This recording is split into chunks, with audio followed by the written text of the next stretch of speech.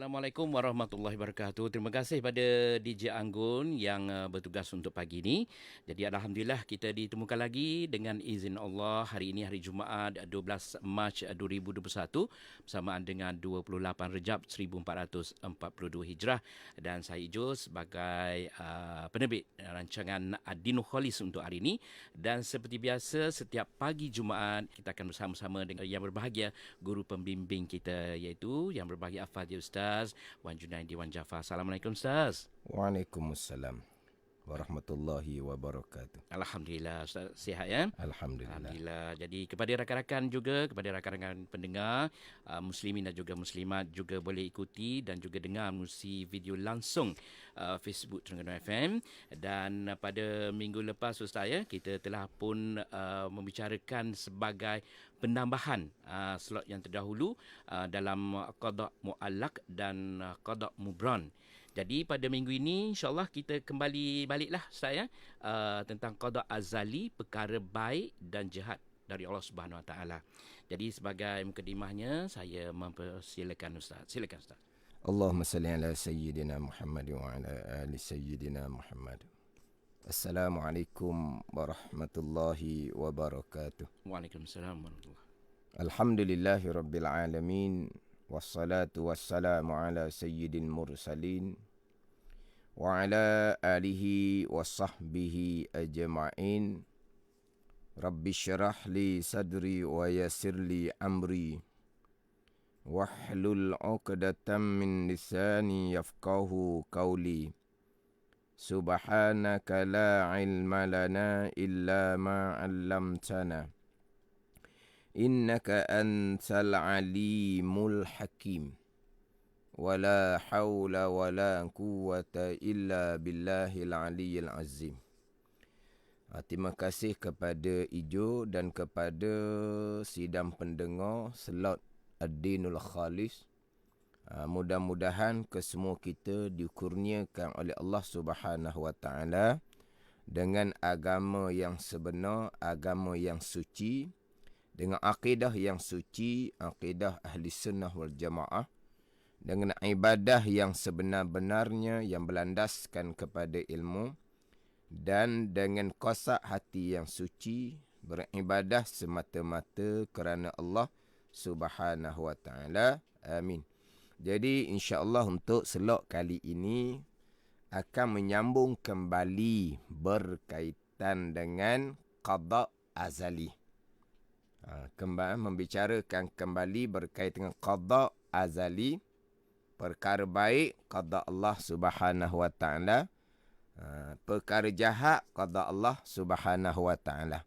Jadi slot yang terdahulu pergi kepada pembicaraan qada muallaq, qada mubram yang tercatat di Lauh Mahfuz, yang mana dalam kitab Faridatul Faraid yang saya jadikan sebagai sandaran untuk slot Ad-Dinul Khalis, di belakang tu ada didatangkan berkaitan dengan Lauh Mahfuz, berkaitan dengan qalam, berkaitan dengan arash. Sebab apa? Sebab itu pun di antara perkara yang wajib kita imani. Lauh Mahfuz kita wajib imani, yang dinyatakan di dalam Al-Quranul Karim di hujung surah Al-Buruj, fi lauhim mahfuz. Di hujung surah Al-Buruj. Dalam surah Al-An'am ayat yang ke-59, wala ratbin wala yabisin illa fi kitabim mubin. Dalam surah Waqi'ah ayat yang ke-78, 77 dan 78, innahu laqur'anun karim fi kitabim maknun. Itu semua ayat-ayat yang bicarakan berkaitan dengan Lauh Mahfuz. Di antara perkara yang wajib kita imani, Lauh Mahfuz yang dijadikan daripada nur, yang ditulis pada Lauh Mahfuz oleh qalam dengan kehendak Allah Subhanahu Wa Taala, tulis akan barang yang telah berlaku dan barang yang lagi akan berlaku sampailah kepada hari kiamat.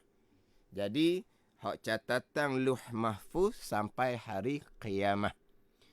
Qalam mencatat Di Lauh Mahfuz sampai hari qiyamah. Adapun kita bicara rukun iman yang keenam, kita bicara qada azali, iradah Allah dan ilmu Allah Subhanahu wa taala. Hak qada azali, hak rukun iman yang keenam itu tidak ada penghujung. Catatan qalam di Lauh Mahfuz sampai hari qiyamah sahaja. Adapun ketentuan qada azali, hak rukun iman yang keenam, iradah dan ilmu, tidak ada penghujung kerana apa yang akan berlaku di hari akhirah, yang mana di hari akhirah syurga dan neraka kekal selama-lamanya. Apa yang berlaku di hari akhirah kesemuanya adalah datang daripada qada Allah Subhanahu wa taala. Berarti apa yang berlaku di hari akhir tidak ada penghujung, maka qada azali, kudrah, iradah dan ilmu Allah pun tidak ada penghujung. Adapun hak catatan qalam di Lauh Mahfuz, qalam mencatat sampailah qiyamah. Kemudian hak bicara terdahulunya hak ada qada yang muallaq, yang tergantung, yang berubah, itu adalah qada yang tercatat di Lauh Mahfuz. Tetapi apa yang berlaku sebenar-benarnya telah mubram, telah putus dah diqadakan oleh Allah Subhanahu wa taala, qada azali, hak rukun iman yang keenam. Kemudian saya nak cerita sedikit sebab kita ni ada membicarakan ceramah sekarang berkaitan dengan peristiwa Isra' dan Mi'raj. Ya. Yang mana dalam hadis Anas bin Malik radhiyallahu anhu pada kisah Mi'raj, hadis yang diriwayatkan oleh Imam Bukhari dalam kitab Solah dan Imam Muslim dalam kitab Iman, bahawa Nabi SAW sampai ke mustawa. Kemudian Nabi dengar pada mustawa sarifal aklam, maknanya bunyi hak catatan, tapi itu bukan catatan qalam. Sebab catatan qalam selesai dah, itu adalah catatan malaikah. Malaikat catat daripada Lauh Mahfuz, malaikat catat ke suhuf malaikah. Malaikat ada catatannya sendiri, yang mana malaikah yang diserahkan tugas untuk mengatur alam, ada suhuf, ada catatan sendiri. Yang mana catatan malaikah itu dicatat daripada Lauh Mahfuz. Jadi hak Nabi dengar pada malam Mi'raj adalah hak catatan malaikah daripada Lauh Mahfuz kepada suhuf malaikah. Ni sebab kita duk cerita bab Isra' Mi'raj sekarang kan. Jadi hak dengar tu adalah catatan malaikah daripada Lauh Mahfuz kepada suhuf malaikah. Jadi yang tergantung adalah di catatan Lauh Mahfuz dan catatan di suhuf malaikah, yang tergantung dan yang berubah. Adapun hak azali, pembicaraan rukun iman yang keenam, qada Allah Subhanahu wa taala, mubram, putus belaka dah, tidak ada yang tergantung dan mustahil berubah sama sekali. Jadi contohlah kita berdoa untuk dilindungi daripada apa-apa perkara. Kita berdoa adalah catatan hak di Lauh Mahfuz ni contoh. Contoh doa kita dalam doa kunut tu. Kita berdoa dalam doa kunut, wa kini syarra ma qadait. Itu kita minta dengan Allah Subhanahu wa taala, wa kini syarra ma qadait, dan pelihara akan daku akan kejahatan barang yang engkau qadakan. Lindungi akan daku, pelihara akan daku akan kejahatan barang yang engkau qadakan. Contoh barang yang engkau qadakan adalah nikmat. Kejahatannya apa? Lupa diri. Contohnya ma qadai, barang yang engkau qadakan ya Allah adalah musibah, bala. kejahatannya apa? Tidak sabar. Jadi kita minta berlindung dengan Allah daripada tidak bersyukur dengan qada nikmat daripada Allah, tidak sabar dengan qada musibah daripada Allah. Jadi kita minta berlindung daripada kejahatan barang yang kau qadakan. Jadi kita minta berlindung macam mana kalau qada Allah, Allah telah menetapkan seumpama tu. Jadi Allah telah menetapkan sama ada bersyukur ataupun tidak, sabar ataupun tidak, kita minta berlindung daripada tidak bersyukur. Kita minta berlindung daripada tidak sabar. Tapi kalau Allah telah mengqadakan tidak syukur dan tidak sabar, kita minta berlindung macam mana? Ni kita minta berlindung daripada kejahatan barang yang engkau qadakan di Lauh Mahfuz. Adapun hak azali, hak ketentuan azali, iradah dan ilmu, itu mubrang putus belah kedah. Ini sebagaimana yang dibicarakan selok yang terdahulu berkaitan dengan doa merubah takdir. Takdir mana? Qada mana? Qada yang tercatat di Lauh Mahfuz. Jadi kita minta berlindung daripada barang yang kita minta berlindung daripada kejahatan barang yang kau qadakan yang tercatat di Lauh Mahfuz. Jadi kita balik semulalah hak berkaitan dengan qada azali, rukun iman yang keenam yang putus belah kedah, mustahil berubah sama sekali. Ni kena atur molek lah. Kena atur molek, kena susun molek antara rukun iman yang keenam, qada azali, iradah dan ilmu, dan berkaitan qada yang tercatat di Lauh Mahfuz, qada yang tercatat di suhuf malaikah, qada yang tercatat di budak umur 4 bulan di dalam kandungan ibu. Selesai hak qada mu'allaq mubram di Lauh Mahfuz, insya-Allah kita selok kali ini akan kembali balik kepada qada azali, rukun iman yang keenam. Allah Subhanahu wa taala yang bersifat dengan iradah telah mengqadakan segala-gala perkara pada azal. Yang kita panggil qada azali, ketentuan azali. Jadi sebagaimana sidang pendengar maklum, jadi untuk selok kali ini kita masih lagi membicarakan qada. Qadar pergi kepada perbuatan Allah dan pekerjaan Allah yang bersifat dengan qudrah, kita akan bicara kemudian. Kita rukun iman yang keenam, satu rukun keluar dua pegangan.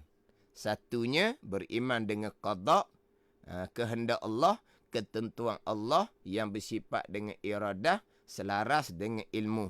Satu laginya qadar, perbuatan Allah, pekerjaan Allah yang bersifat dengan qudrah.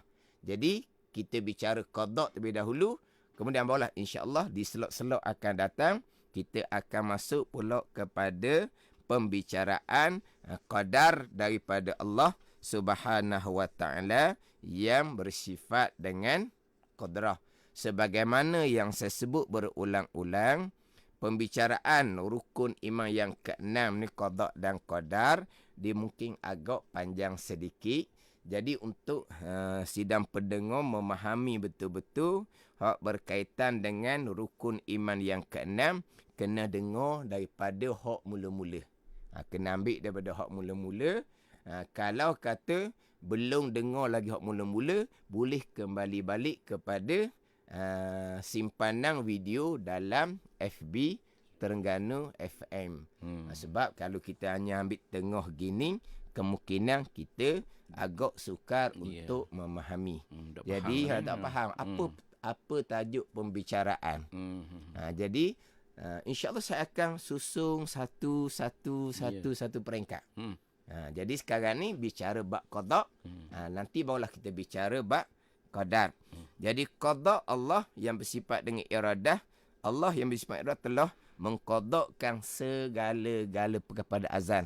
Sama ada perkara baik, qada Allah, dan juga perkara jahat qada Allah Subhanahu wa taala, sebagaimana hak rukun iman yang keenam.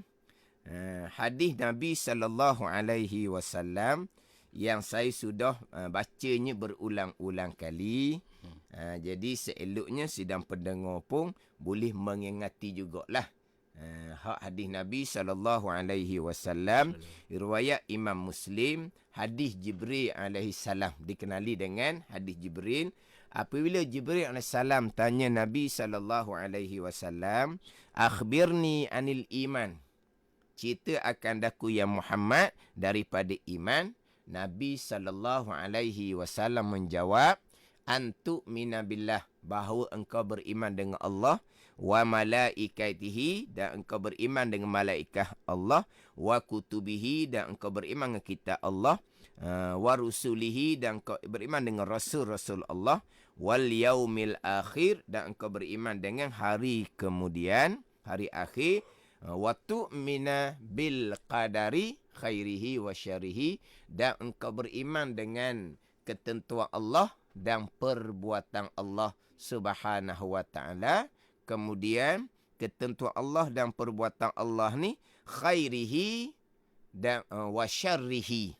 Khairihi dijadi badal atau bayang, nak mentaudihkan, nak menjelaskan apakah dia ketentuan Allah dan juga perbuatan Allah. Khairihi, perkara baik, iman dan ta'ah. Ketentuan Allah yang bersifat dengan iradah, dan perbuatan Allah yang bersifat dengan kudrah. Wa syarrihi, dan kejahatan, perkara jahat. Apa dia kejahatan, perkara jahat? Kufur dan maksiyah. Kufur, berlakunya sembah berhala contohnya. Maksiyah, berlakunya berjudi, minum arak, berzina contohnya. Kesemuanya datang daripada ketentuan Allah yang bersifat dengan iradah, dan perbuatan Allah yang bersifat dengan kudrah. Sangat terang, sangat nyata di rukun iman yang keenam. Hak tadi saya baca hadis, kemudian hak kita duk ngapa keenam-enam rukun iman, daripada rukun yang pertama sampai rukun yang keenam, tak tahulah. Sedar tak sedar, ingat dah. Mana sedar tak sedar, kita tahu dah. Enam rukun iman. Maknanya mungkin masa budak-budak sungguh lah. Orang tua kita ajar ngapa rukun iman, rukun Islam 5 perkara, rukun iman 6 perkara tu. Maknanya masa budak-budak tu berkali tak, sedar tak sedar, tahu dah. Jadi hak dalam hadis Nabi sallallahu alaihi wasallam, hak rukun iman yang 6 perkara, rukun iman yang keenam, kita duk ngapa sama dah perkara baik, perkara jahat, qada dan qadar. Jelas nyata. Baik, jahat, qada, qadar. Yang terkadang ni peseng bahasa kampung lah barangkali. Untung baik, untung jahat datang daripada qada dan qadar Allah. Untung baik, untung jahat datang daripada qada dan qadar Allah. Untung ni bukan untung rugi ni. Untung ni nasib lah. Gitu tau. Jadi apa yang berlaku tu? Tu untung. Bukan untung rugi ni. Mana apa yang berlaku, baik ke, apa yang berlaku, jahat ke, datang daripada qada dan qadar Allah Subhanahu wa taala. Cuma kadang-kadang kita sebut rekah. Untung baik, untung jahat daripada Allah. Perkara baik, perkara jahat daripada Allah. Apa makna daripada Allah? Daripada qada Allah dan qadar Allah Subhanahu wa taala, baik dan jahat. Itu hadis Muslim. Benar, hadis Muslim yang lain pula, wabil qadari kulli, dan engkau beriman dengan ketentuan Allah dan perbuatan Allah sekaliannya. Sekaliannya datang daripada qada dan qadar Allah sekalian. Sekalian ni termasuk yang baik dan termasuk yang jahat. Jadi qada Allah ni termasuk perkara jahat tu qada Allah, ijma' ijma' di kalangan ulama ahli sunnah wal jamaah. Ijma' sekalian ulama ahli sunnah wal jamaah berpegang sebagaimana dalam hadis Nabi SAW, perkara jahat adalah termasuk dalam qada dan qadar Allah Subhanahu wa taala. Jadi selok-selok yang terdahulu saya ada membicarakan golongan yang terpesong dalam pembicaraan qada Allah. Ni satunya hak terpesong berkaitan dengan perkara jahat dinafikan qada Allah Subhanahu wa taala. Dahulu saya ada bicara hak golongan yang terpesong dalam pembicaraan qada. Dia macam saya sebut permulaan tadi, rukun iman yang keenam ada dua pegangan. Beriman dengan qada Allah yang bersifat dengan iradah. Yang kedua, beriman dengan qadar perbuatan Allah yang bersifat dengan kudrah. Dua pegangan. Dan dua pegangan ni ada terpesong asing-asing. Ada terpesong pada pembicaraan qada dan ada yang terpesong pada pembicaraan qadar. Jadi terdahulu saya ada sebut berkaitan dengan tiga golongan yang terpesong dalam pembicaraan qada, di antaranya golongan Mu'tazilah yang menafikan bahawa perkara jahat daripada qada Allah.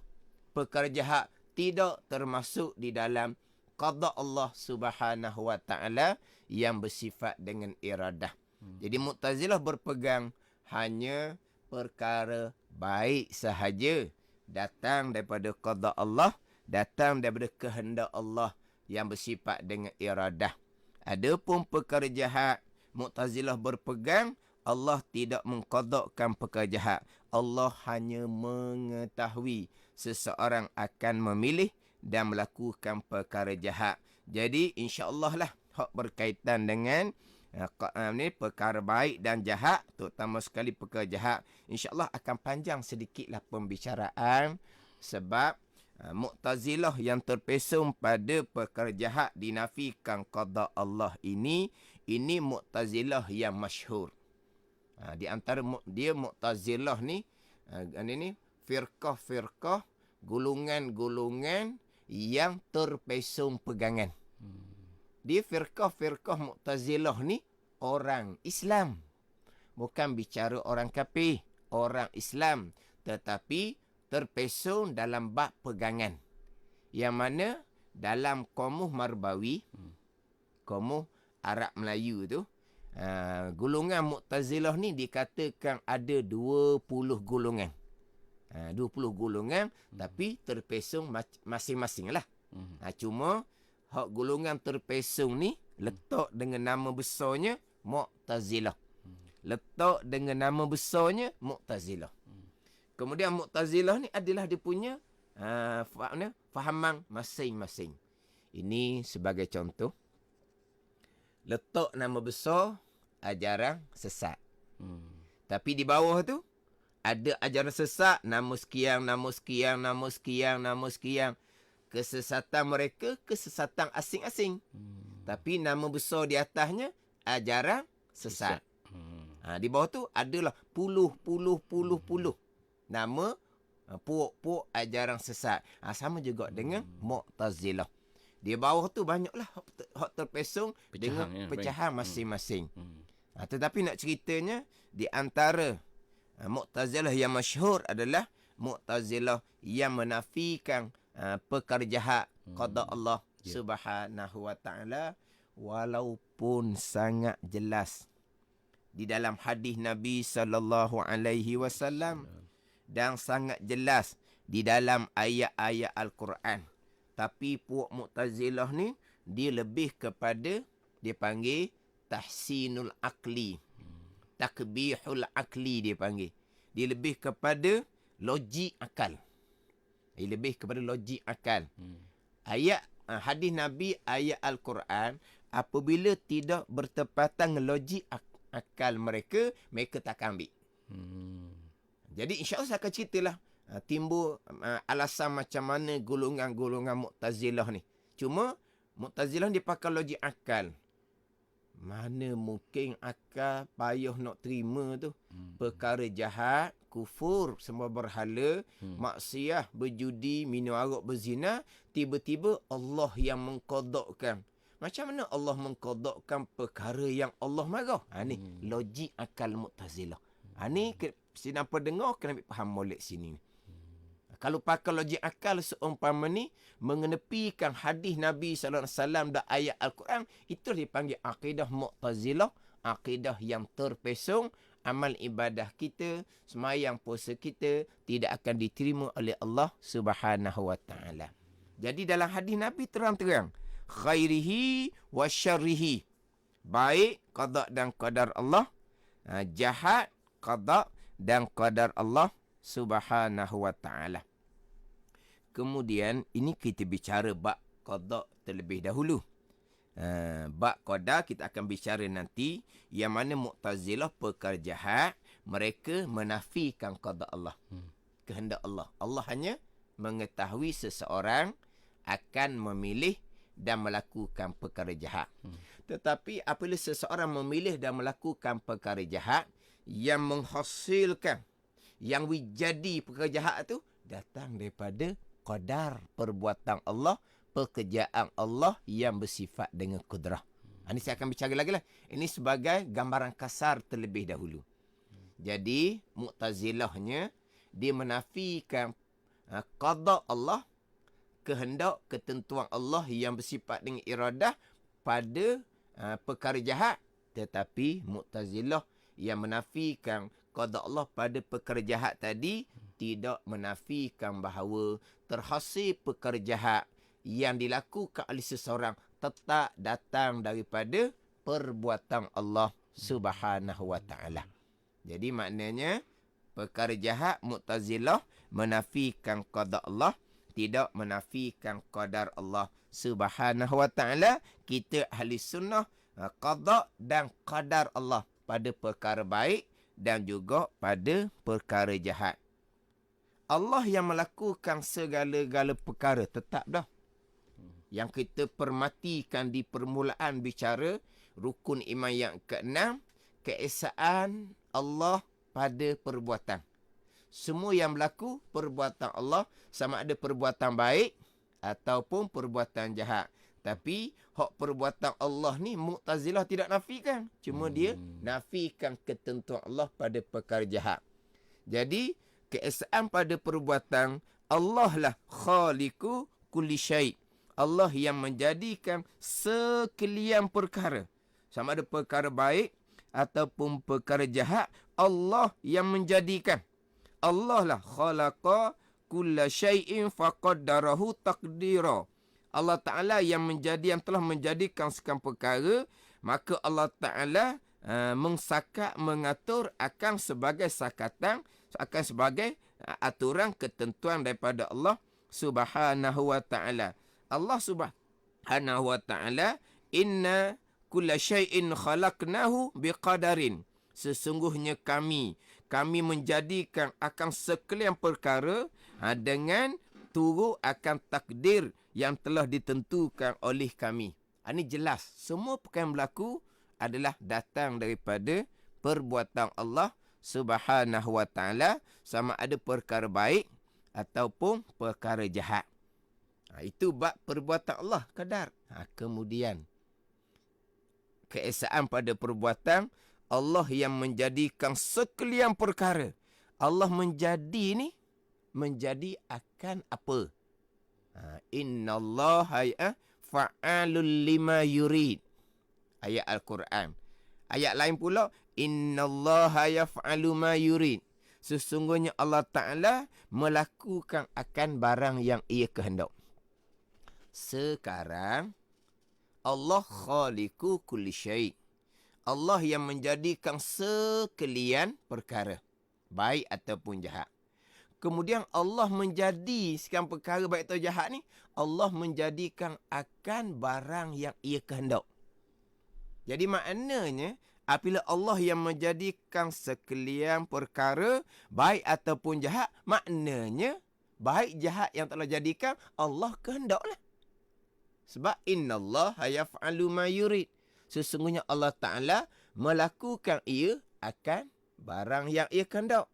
Semua yang berlaku datang dari perbuatan Allah. Allah perbuat baik dan jahat akan barang yang ia kehendak. Jadi Allah jugalah yang kehendak akan perkara baik dan perkara jahat yang Allah Ta'ala lakukan. Wa rabbuka yakhluqu ma yasha'u wa yakhtar. Dan bermula Tuhan engkau ya Muhammad menjadikan ia akan barang yang ia kehendak dan akan barang yang ia pilih. Jadi sekarang ni kita berpegang Allah yang menjadikan segala-gala perkara. Kemudian Allah yang menjadikan segala perkara, Allah menjadikan akan perkara baik dan jahat, Allah menjadikan akan barang yang ia kehendak. Maknanya perkara baik dan jahat yang dijadikan oleh Allah adalah baik dan jahat yang dikehendaki, yang dipilih oleh Allah Subhanahu wa Ta'ala. Kullu min indillah. Surah An-Nisa ayat yang ke-78, kata olehmu ya Muhammad, sekalian perkara daripada kebajikan, daripada kejahatan, kesemuanya datang daripada sisi Allah Subhanahu wa Ta'ala. Ini hak rukun iman yang keenam. Kemudian nisbah percakapan. Ni insya-Allah saya akan ulang lagi di slot akan datang. Nisbah percakapan. Perkara baik sahaja kita sandar kepada Allah. Perkara jahat jangan sesekali kita sandar kepada Allah Subhanahu wa Ta'ala. Tadi kullu min indillah, surah An-Nisa ayat yang ke-78. Kata olehmu ya Muhammad, sekalian perkara daripada kebaikan dan kejahatan datang daripada sisi Allah Subhanahu wa Ta'ala. Surah An-Nisa ayat yang ke-79 mengiringi 78. Kullu min indillah. 79 Allah Ta'ala berfirman, ma asabaka min hasanatin faminallah wa ma asabaka min sayyi'atin famin nafsi. Apa-apa kebaikan yang berlaku pada engkau ya Muhammad datang daripada Allah, dan apa-apa keburukan yang berlaku pada engkau ya Muhammad datang daripada diri engkau sendiri. Tengok. An-Nisa ayat 78, kullu min indillah, kata olehmu ya Muhammad, sekalian perkara, sama ada perkara kebajikan ataupun kejahatan, datang daripada sisi Allah. Datang daripada qada dan qadar Allah. Mana baik jahat, qada dan qadar Allah. Tapi surah An-Nisa ayat yang ke-79, Allah Ta'ala berfirman, ma asabaka min hasanatin faminallah wa ma asabaka min sayyi'atin famin nafsi. Apa-apa kejahatan, apa-apa kebaikan yang berlaku pada engkau ya Muhammad datang daripada Allah, dan apa-apa keburukan yang berlaku pada engkau ya Muhammad datang daripada diri engkau sendiri. Yang baik daripada Allah, yang buruk datang daripada diri kita sendiri. Itu adab percakapan. Hak rukun iman yang keenam, baik, jahat, qada dan qadar Allah, itu pegangan. Percakapan kita, adab dipanggil, kewajipan syariat zahir nisbah percakapan kita, kita bercakap yang baik daripada Allah, yang buruk, yang tak baik datang daripada diri saya sendiri. Itu adab percakapan. Jangan sesekali nisbah percakapan kita menyandarkan perkara jahat kepada qada Allah Subhanahu wa Ta'ala. Ni mana untuk selok ni kena tak boleh berhenti cakap di pegangan lah. Hak percakapan pun kita kena letak lalu nanti kan. Perkara yang tak baik. Kenapa kamu bergiam-giam perkara buruk? Saya dengar dah dalam selok Ad-Dinul Khalih, hak baik ke, hak jahat ke, hak molek ke, hak uduh ke, qada qadar. Takut dia pergi terlajak di langgar nisbah adab percakapan. Yang kita bicara adalah rukun iman yang keenam. Pegangan. Nisbah percakapan yang baik daripada Allah, yang tak baik datang daripada kelemahan diri kita sendiri. Kemudian sebelum kita perhabis hak selok kali ini, saya nak datangkan 2 ayat hak berkaitan dengan baik dan jahat datang daripada Allah Subhanahu Wa Taala. Jadi sidang pendengar pun boleh ambil ayat ni, kemudian boleh tengok molek ayat yang mana pegangan kita ahli sunnah wal jamaah baik jahat datang daripada Allah Subhanahu Wa Taala. Surah Al-An'am ayat yang ke-125, Allah Subhanahu Wa Taala berfirman, faman yuridillahu an yahdiyahu yashrah sadrahu lil Islam. Wa man yurid an yudillahu yaj'al sadrahu dayiqan haraja ka'annama tas'adu fis sama'.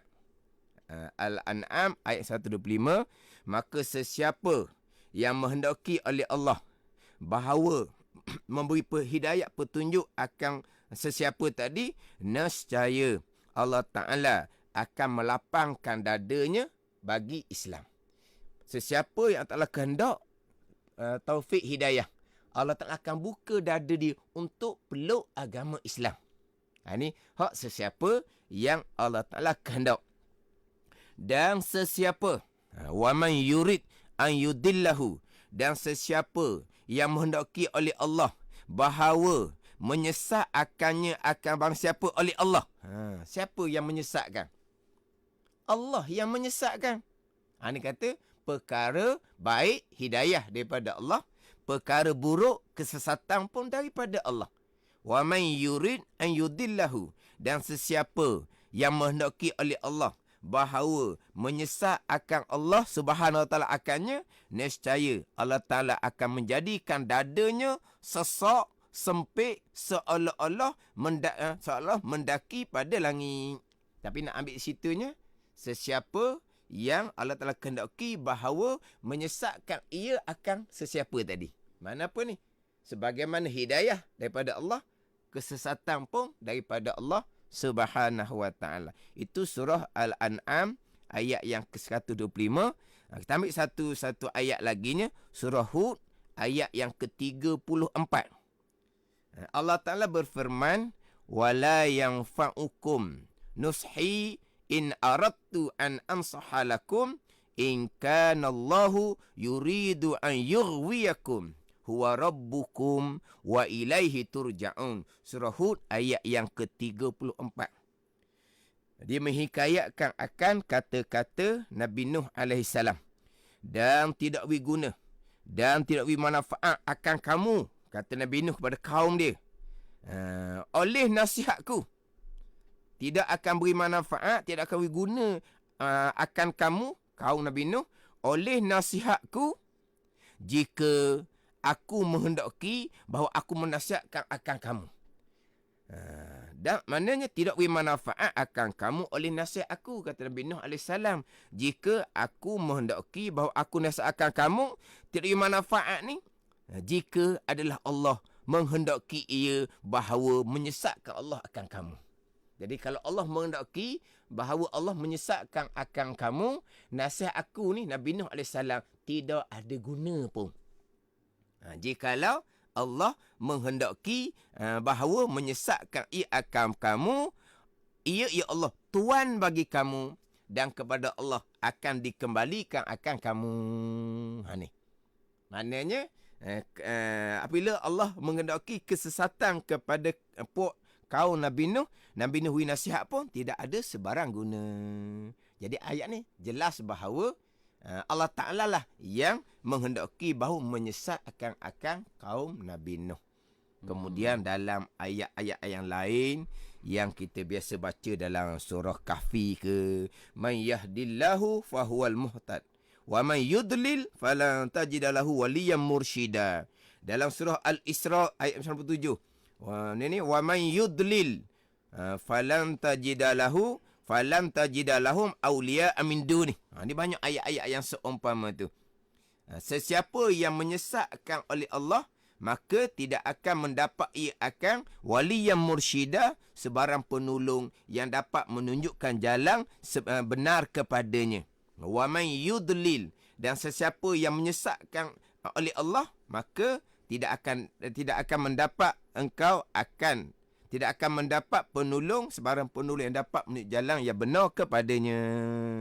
Mana apa ni? Sesiapa yang Allah dah beri hidayat, sesiapa yang telah sesatkan, mana apa ni? Kebaikan hidayat daripada Allah, kesesatan pun daripada Allah Subhanahu wa ta'ala. Contoh dalam surah An-Nisa ayat yang ke-78, Allah Ta'ala berfirman, aturiduna an tahtadu man adallallahu wa man yudlil. Aturiduna an tahdu man adallallah wa man yudlilillah wa man yudlilillahu falan tajida lahu sabila wa man yudlilillahu falan tajida lahu sabila. Adakah kamu hendak beri petunjuk akan mereka yang menyesatkan oleh Allah? Dan sesiapa yang menyesat oleh Allah, maka tidak ada baginya jalan untuk menyelamatkannya. Sesiapa yang telah sesatkan, makna apa di sini? Hidayah, kebaikan, kejahatan, sesat tu semuanya datang daripada Allah Subhanahu wa ta'ala. Khairihi, baik, iman dan ta'ah, datang daripada Allah. Syarihi, jahat, kufur dan maksiat, datang daripada qada dan qadar Allah Subhanahu wa ta'ala. Pegangan kita, adab percakapan kitanya yang baik daripada Allah, yang buruk datang daripada diri kita sendiri. Kita dilarang, bahkan haram hukumnya, kita menyandarkan perkara jahat kepada qada Allah Subhanahu wa ta'ala. Nisbah percakapan. Jadi insya-Allah berkaitan dengan perkara baik dan jahat datang daripada qada dan qadar Allah, kita akan sambung di selok-selok akan datang.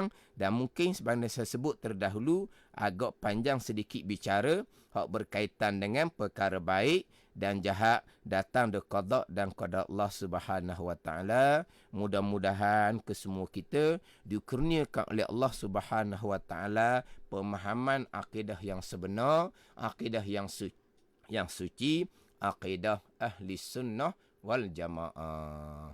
Wallahu a'lam. Jadi baiklah, itu tadi tentang perkongsian yang kita pada minggu ini membicarakan tentang qada azali, perkara baik dan jahat, Ustaz, ya. Jadi insya-Allah pada minggu hadapan kita sambung lagi, Ustaz. Jadi insya-Allah untuk hari ini sebelum kita berpisah di udara, jadi kita nak dengar Ustaz untuk bacakan doa kita. Dipersilakan. Bismillahirrahmanirrahim. Alhamdulillahirabbil alamin. Wassalatu wassalamu ala sayyidil mursalin wa ala alihi wa sahbihi ajma'in. Allahumma ftah alaina futuhal arifin. Allahumma allimna ilma akdamin wa fahimna famasabikin warzuqna ruqat talibin. Allahumma zidna ilman wa alhiqna bis salihin. Wa sallallahu ala sayyidina Muhammadin wa ala alihi wa sahbihi wa sallam. Walhamdulillahi rabbil alamin. Wassalamualaikum warahmatullahi wabarakatuh. Amin. Waalaikumsalam warahmatullahi wabarakatuh. Demikian tadi, dan insya-Allah kita akan bersama-sama lagi pada minggu hadapan dalam Ad-Dinul Khalis. Insya-Allah kita akan bersambung lagi, dan seperti biasa kita teruskan rancangan seterusnya bersama dengan Tok DJ bertugas pagi ini dalam Anggun Inspirasimu.